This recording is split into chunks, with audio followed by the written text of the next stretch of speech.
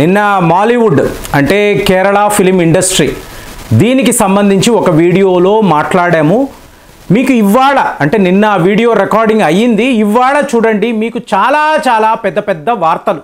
మీకు ప్రముఖ నటుడు సిద్దిక్ ఈయన పైన స్పెషల్ ఇన్వెస్టిగేషన్ టీం వీళ్ళు కేసు నమోదు చేసి ఇన్వెస్టిగేషన్ మొదలుపెట్టారు. అలాగే ప్రముఖ దర్శకుడు వికే ప్రకాష్, సో ఇతని మీద కూడా ఎఫ్ఐఆర్ ఫైల్ చేసి మీకు విచారణ అనేది మొదలుపెట్టారు. ఇలాగా 10 ఎఫ్ఐఆర్లు అంటే ఫస్ట్ ఇన్ఫర్మేషన్ రిపోర్ట్ మీకు ఇట్లా సడన్గా మీకు పోలీసులు స్పెషల్ ఇన్వెస్టిగేషన్ టీం వీళ్ళు రంగంలోకి దిగి వీళ్ళందరినీ కూడా ఇంట్రాగేట్ చేయడము ఇవాళ మాలీవుడ్లో చాలా పెద్ద వార్త.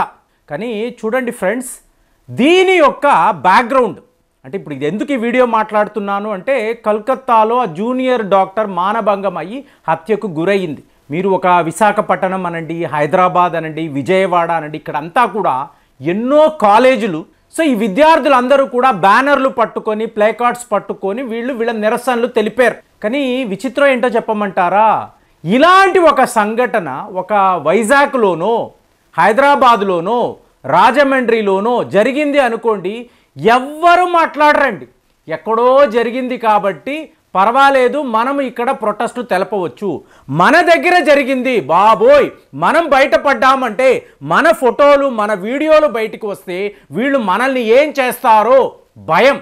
అంటే ఎక్కడో జరిగితే మనకు ఓకే, మన దగ్గర జరిగినప్పుడు మనం ఎవ్వరము కూడా మాట్లాడకూడదు, ఇంత కూడా అపోజిషన్ తెలపకూడదు. సో ఇవాళ ఇది ఎందుకు చెప్తున్నాను, టాలీవుడ్లో మాలీవుడ్ కన్నా టాలీవుడ్లో ఇలాంటి వ్యవహారాలు చాలా ఎక్కువ ఉంటాయండి. ఎవ్వరు మాట్లాడరు, అందరూ కూడా చాలా బాగుందండి తెలుగు ఫిలిం ఇండస్ట్రీలో ఇలాంటి సంఘటనలు రావండి. ఒక సెక్యూరిటీ గార్డ్ ఆయన నాకు ఒకసారి చెప్తున్నారు, ఒక ప్రముఖ హీరో ఈయన రాత్రికి రాత్రి సడన్గా అదే హోటల్ రూమ్లో ఉండే ఒక నటి, సో ఈవిడ గదిలోకి వెళుతున్నాడు. వెళ్ళి ఆవిడ విషయంలో ఏదో అసభ్యంగా ప్రవర్తించాలని ప్రయత్నం చేశాడు. ఆవిడ వెంటనే సార్ ఇదేంటి సార్ అని అన్నప్పుడు మీకు వాళ్ళ అసిస్టెంట్ని పిలిచి చంప మీద కొట్టి, ఆల్రెడీ చెప్పాను అన్నావు కదయ్యా, చెప్పలేదా, ఇలా చేస్తావా, నా పరువు తీస్తావా అని చెప్పి చకాచకా హోటల్ గది నుంచి వెళ్ళిపోయాడని చెప్పి అక్కడ ఉండే సెక్యూరిటీ గార్డ్ లిటరల్గా విట్నెస్ అండి. అతను చెప్తూ ఉంటే మీరు ఈ తీరుని ఎలా చూస్తారు? ఆ నటి మాట్లాడగలదా? ఇంత పెద్ద హీరో అండి నా విషయంలో ఇలా మిస్బిహేవ్ చేసాడు అంటే ఎవరైనా ఒప్పుకుంటారా? అసలు తర్వాత ఆవిడ ఇండస్ట్రీలో ఉంటుందా అంటే కేరళలో ఇదే జరిగింది. ఫిబ్రవరి నెల 2017 ఒక నటి, ఈవిడ మీకు ఆల్మోస్ట్ తెలుగు తమిళ్ భాషల్లో కూడా చాలా పాపులర్ యాక్ట్రెస్. ఈవిడని కొంతమంది దుండగులు కిడ్నాప్ చేశారండి. కిడ్నాప్ చేసి కారులో ఎక్కడికో తీసుకువెళ్ళారు. సో ఈవిడ పట్ల ఎన్ని రకాలుగా అసభ్యంగా ప్రవర్తించాలో వాళ్ళు ప్రవర్తించారు. దీనిని వీళ్ళు వీడియో షూట్ కూడా చేసి ఇంకొక ప్రముఖ నటుడు అతనికి పంపించారు. అతనికి ఎక్కడ లేని ఆనందం, ఈవిడ అరుపులు, ఈవిడ గావు కేకలు, ఈవిడ లబో దిబోమని ఏడుస్తూ ఉంటే ఈ నటుడికి, మహానటుడు అతను, ఎందుకంటే అతను అక్కడ కేరళలో ఒక సూపర్ స్టార్, అతనికి ఎక్కడ లేని ఆనందం, నా విషయంలో ఇలా ప్రవర్తిస్తావా, చూడు నేను ఎలా పగ తీర్చుకున్నాను అని చెప్పి ఆనందపడిపోతున్నాడు. ఈ వ్యవహారము తరువాత మీడియాలోకి వచ్చింది. ఇమీడియట్గా అమ్మ అన్నాను చూసారా, association of Malayalam movie artist, so వీళ్ళు ఇమీడియట్గా ఒక ఎమర్జెన్సీ మీటింగ్ పెట్టారు. జస్ట్ మొన్న ఏం జరిగిందో అదే విధంగా. మీకు విచిత్రం ఏంటంటే ఈ వీడియోని చూసి ఆనందించిన ఆ మహానటుడు కూడా అక్కడికి వచ్చి మహిళల పట్ల ఇంత దారుణంగా మీకు ఇలాంటి సంఘటనలు జరుగుతున్నాయా, మనం అందరము కలిసి నిరసనలు తెలపాలి, మనం ప్రొటెస్ట్ తెలపాలి, మన ఆర్టిస్టులు మనకు ముఖ్యము, సో దీనికోసమే అమ్మ ఉంది, ఖచ్చితంగా న్యాయ పోరాటం చేస్తాము, ఇన్ని మాట్లాడాడు. ఫైనల్గా ఏంటండి తేలింది, ఈ నటుడే ఈ పని చేయించాడు, ఆ నటిని కిడ్నాప్ చేయించింది ఈ వ్యక్తే. తెలిసిన తర్వాత ఇవాళ వరకు కూడా ఈ కేసు కోర్టులో ఉందండి. మీకు ఈ నటుడు అరెస్ట్ వారెంట్ వచ్చింది, అరెస్ట్ అయ్యాడు, బెయిల్ మీద బయటికి వచ్చాడు, ఇవాళ వరకు సురక్షితంగా ఉన్నాడు. ఈ నటుడి పేరే దిలీప్. సో ఇవాళ ఈ సంఘటన 223 పేజీల రిపోర్ట్ జస్టిస్ హేమా కమిటీని అంటున్నారు. సో వీళ్ళు తీసుకువెళ్ళి విజయన్ వాళ్ళ సీఎంకి ఇచ్చారు, ఖచ్చితంగానే యాక్షన్ తీసుకుంటాను అంటే మీకు కొల్లం ఎమ్మెల్యే ముఖేష్ అతను కూడా ఈ కేసులో ఉన్నాడండి. అతని మీద కూడా ఎఫ్ఐఆర్ ఉంది. వెంటనే వెళ్ళి పోలీస్ స్టేషన్కి నేను ఒక ఎమ్మెల్యేని, నా మీదే కేసులు పెడతారా అని చెప్పి లబో దిబోమ్ అని చెప్పి గట్టిగా అరిచేసి అతని ఇంటికి వెళ్ళిపోయాడు. దీని బ్యాక్గ్రౌండ్ని మీరు చూసారనుకోండి, ఇవాళ ఏం మాట్లాడుతున్నాం ఫ్రెండ్స్, 2024 ఆగస్ట్ అంటున్నాం, కానీ నేను చెప్పేదేంటి ఫిబ్రవరి 2017. మీకు ఈ సంఘటన జరిగిన తరువాత కొంతమంది నటీమణులు, ఇందులో రేవతి గారు ఉన్నారు, పద్మప్రియ ఉన్నారు, ఇందులో పార్వతి గారు ఉన్నారు, ఇంకా చెప్పాలంటే దిలీప్ గారి ఎక్స్ వైఫ్ ఆవిడ కూడా ఉన్నారు.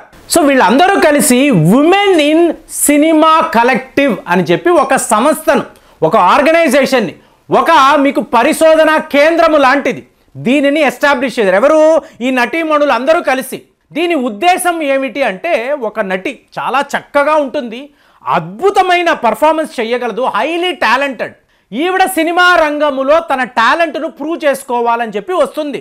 కానీ ఇక్కడ ఏమవుతుంది, ఒక ప్రముఖ నటుడు, ఒక నిర్మాత, ఒక డైరెక్టర్ వీళ్ళు ఈవిడని టార్గెట్ చేస్తారు. ఈవిడ దగ్గరికి వెళతారు, అమ్మా నీకు గొప్ప అవకాశం వచ్చింది, ప్రముఖ నటుడితో నువ్వు నటించవచ్చు, ఇలాగ నువ్వు స్టార్డమ్ని కొల్లగొట్టవచ్చు, పెద్ద స్టార్ అయిపోతావు, మేము ఉన్నాము, చిన్న అడ్జస్ట్మెంట్ ఆ నటుడితో, నాతో, ఈ డైరెక్టర్తో అని చెప్పి చెప్తారు. సో ఒకవేళ ఈవిడ భయపడింది, బాబోయ్ వీళ్ళతో నేను ఏంటి, నాకు ఇండస్ట్రీయే వద్దు అని చెప్పి వెళ్ళిపోయింది. అంటే ఒకటో రెండో చిన్న చితక సినిమాలో నటించింది, మంచి పేరు తెచ్చుకుంది, ఇలాంటి ఒక స్టార్ దృష్టి ఈవిడ మీద పడడంతో భయపడిపోయి ఈవిడ వెళ్ళిపోయింది. సో అలాంటి నటీమణుల దగ్గరికి వీళ్ళు వెళ్ళారు.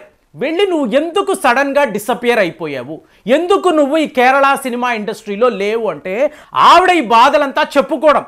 ఇలాగ వరసగా వీళ్ళు ఇంటింటికి వెళ్ళి, స్టూడియోకి వెళ్ళి, ఇలాగ ఈ హీరోలు, దర్శకులు వీళ్ళు బ్లాక్మెయిల్ చేసి వీళ్ళని ఎలా ఇండస్ట్రీలో లేకుండా చేశారు, వాళ్ళ డేటా అంతా కలెక్ట్ చేసి ఫైనల్గా సీఎం గారి దగ్గరికి వెళ్ళి, అయ్యా బాబు చూడండి ఇది మన మాలీవుడ్ పరిస్థితి, చక్కగా టాలెంట్ ఉండే నటి వస్తే వీళ్ళు ఇలా ప్రవర్తిస్తున్నారు, టోటల్గా ఇది మేల్ డామినేటెడ్ ఇండస్ట్రీగా ఉంది, మేము అందరము సఫర్ అవుతున్నాము, ఇది ఎలా కుదురుతుంది అని చెప్పి వీళ్ళు సీఎంని అడగడంతో తరువాతే మీకు జస్టిస్ హేమా కమిటీ అని చెప్పి వీళ్ళు చెప్తున్నారు. ఇందులో ప్రముఖ నటులు ఒక మమ్ముటి అనండి, పృథ్వీరాజ్ అనండి, మోహన్ లాల్ గారు, వీళ్ళ పేర్లు లేవండి. ఇలాంటి పరిస్థితులు ఇక్కడ కూడా తెలుగు సినిమా ఇండస్ట్రీలో, తమిళ్ సినిమా ఇండస్ట్రీలో కూడా ఉన్నాయి ఫ్రెండ్స్. కానీ వాళ్ళు ఎవ్వరూ మాట్లాడరు. ఎక్కడో జరిగితే జెండాలు పట్టుకుంటారు, ఇక్కడ జరుగుతుంది అంటే ఎవ్వరు కూడా మాట్లాడరు. మరి మీరు చెప్పండి, సినిమా ఇండస్ట్రీకి చెందిన వాళ్ళు చాలామంది వీడియో చూస్తూ ఉంటారు, మరి మనకు సమస్య అన్నప్పుడు మనం మాట్లాడము, ఎక్కడో సమస్య అన్నప్పుడు మనం జెండాలు పట్టుకుంటాము. ఇది ఏంటి, ఇది ఎలాంటి ఒక న్యాయం? మనము న్యాయ పోరాటం చెయ్యగలిగే సత్తా మనకు లేదా, ప్రశ్నించే ధైర్యము లేదా, తప్పు చేసిన వాడిని చూసి భయపడి తల వంచి మేము ఇలాగే ఉంటాము అని చెప్పి ఈ సినిమా ఇండస్ట్రీ ఇట్లాగే ప్రవర్తిస్తుందా? చాలా చాలా దారుణమైన ఒక సిచ్యువేషన్. మాలీవుడ్లో అయితే వాళ్ళు తిరగబడ్డారు, పోలీస్ కంప్లైంట్లు, ఇవాళ ఇన్వెస్టిగేషన్ మొదలైంది, చాలా చాలా ఒక మంచి మీకు డెవలప్మెంట్. మరి ఇక్కడ ఈ ఇండస్ట్రీస్లో పరిస్థితి ఏమిటి? అభిప్రాయాలు తెలియజేయండి. మళ్ళీ వచ్చే వీడియోలో కలుద్దాం. జై హింద్.